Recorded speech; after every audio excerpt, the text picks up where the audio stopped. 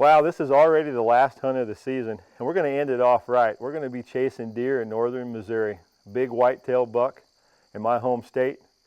This is a buck I nicknamed Cappy, and you're going to get to follow along and see my journey as I try to harvest this deer. It's a pretty cool hunt.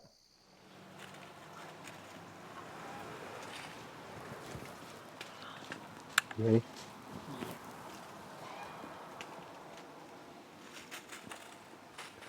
Is it good? Yeah, it's good. Done. Relax. It's good. Count to 10 and shoot it. One. Here we go. You ready? Yep.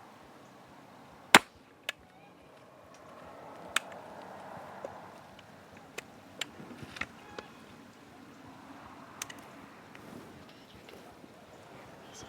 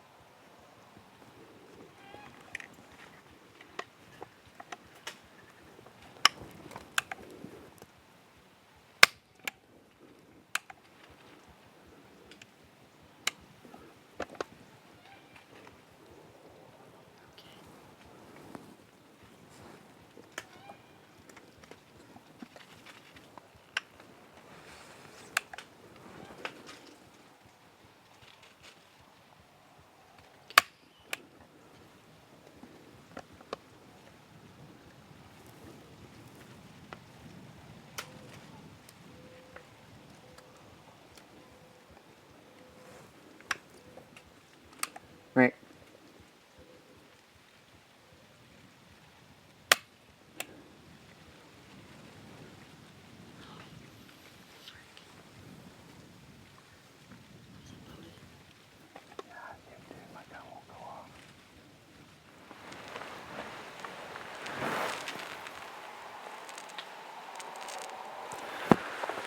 My muzzleloader wouldn't go off.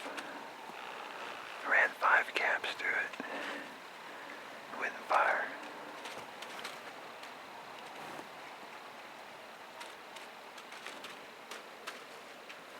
That's a big old buck, 150 incher, son of a gun. Wow, how about that crazy hunt? Every hunter's dream, a big old whitetail buck inside bow range, except for you got a muzzleloader in your hand. Well, folks, you can see I ran 5 caps through that muzzleloader trying to shoot that deer. Well, there's no excuses. My powder was wet. It was my fault. I'd been hunting in the rain, didn't realize my powder got wet. So I learned my lesson. Never go to the woods with a muzzleloader that has wet powder. Now you can see why we call this buck Cappy. He lived through 5 caps.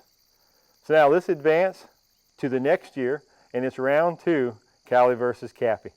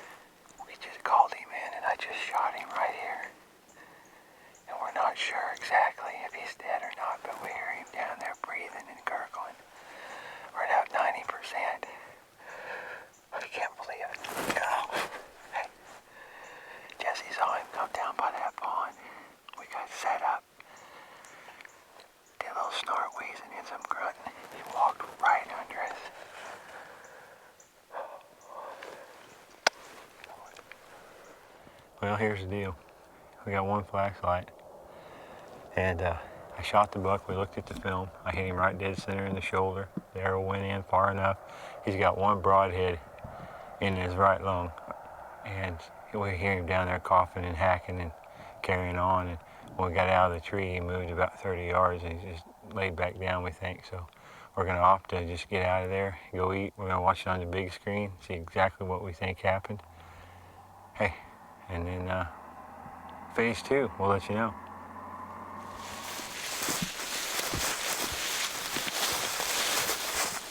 I don't know how big he is, but holy cow, finally, 24 hours later, I got my hands around this rascal. One sleepless night, crying. I'm telling you right now, I decided today, nothing in my whole life has got my nerves shook up or put me in my place more than whitetail bucks. No other animal in the world has done to my emotions what these guys right here have done, and that's why I love to hunt them.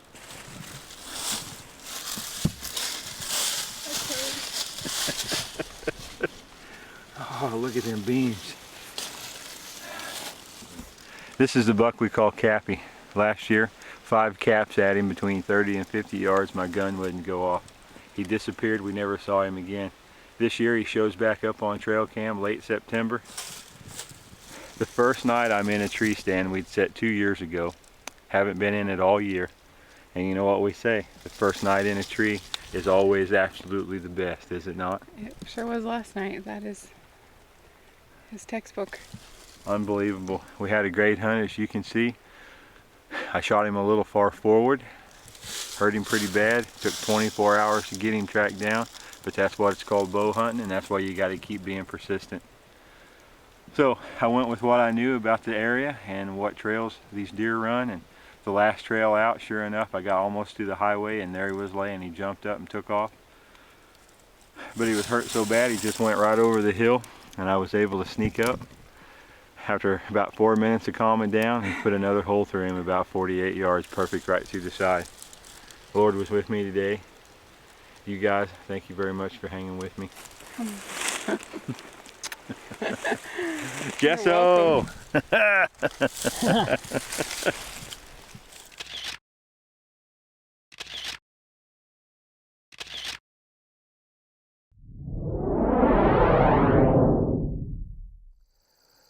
Well, folks, you can see I finally was successful at harvesting Cappy. It was an awesome hunt. We snort wheezed that buck right to us. I love hunting early in the season. When you get a buck moving around like that, he can't resist a snort wheeze. Now let's talk about the tips on this hunt. And tip number 1, well, it's pretty simple. Never go to the field with wet powder in your muzzleloader. It was my fault that this happened. I should have checked my powder. So learn from my mistakes and always check the powder in your muzzleloader. Tip number 2, and probably one of the most important that I want to talk to you about, is how to field judge a deer on the hoof. Folks, there's 3 important things about field judging deer. The first thing I always look at is the V shape of the neck. So from his head back to his chest and back, it should create a V, a real big, thick, bull-looking neck. The second thing you want to look at is how far the esophagus hangs down and how pronounced it is. A real heavy, thick esophagus normally means the deer is over 5 years old. And the third thing is how big the muscle is right behind his ear. Folks, I looked at a lot of different deer, a lot of different ages of deer being a taxidermist. And one thing that I can tell you that all those big old deer have in common is how big the muscle is right behind their ear butt. So if you see that, you know there's a pretty good chance that deer is over 5 years old. And the third tip is be persistent. You can see on this film, I had a real good chance to shoot that deer with my muzzleloader, but he got away from me. Well, a lot of guys would hang their head, and hey, I did too, but I got right back after him. The next year I put my trail cameras back out, and lo and behold, he showed back up. So I knew I was going to get another crack at him. I got several pictures of him that year, but guess what? He had gotten bigger, so I was kind of glad that I didn't get him. The second thing about being persistent is when I shot that deer, I hit him a little high in the shoulder, and hey, I thought I smoked him. 24 hours later, I jumped that deer out of his bed. Well, when that deer went running over the hill, had his tail up flagging, I'm thinking, oh my gosh, this is a bad deal. And a lot of hunters would have quit right then. But I knew that I had a half arrow sticking in his rib cage, and I knew that that deer was going to die. So I was very persistent at following his trail. Folks, if you try these 3 things, make sure your powder's dry, learn to field judge your deer on the hoof, and be persistent at chasing big whitetail bucks, I know you're going to be more successful. Folks, thanks for being with me today on the 15-Yard Files.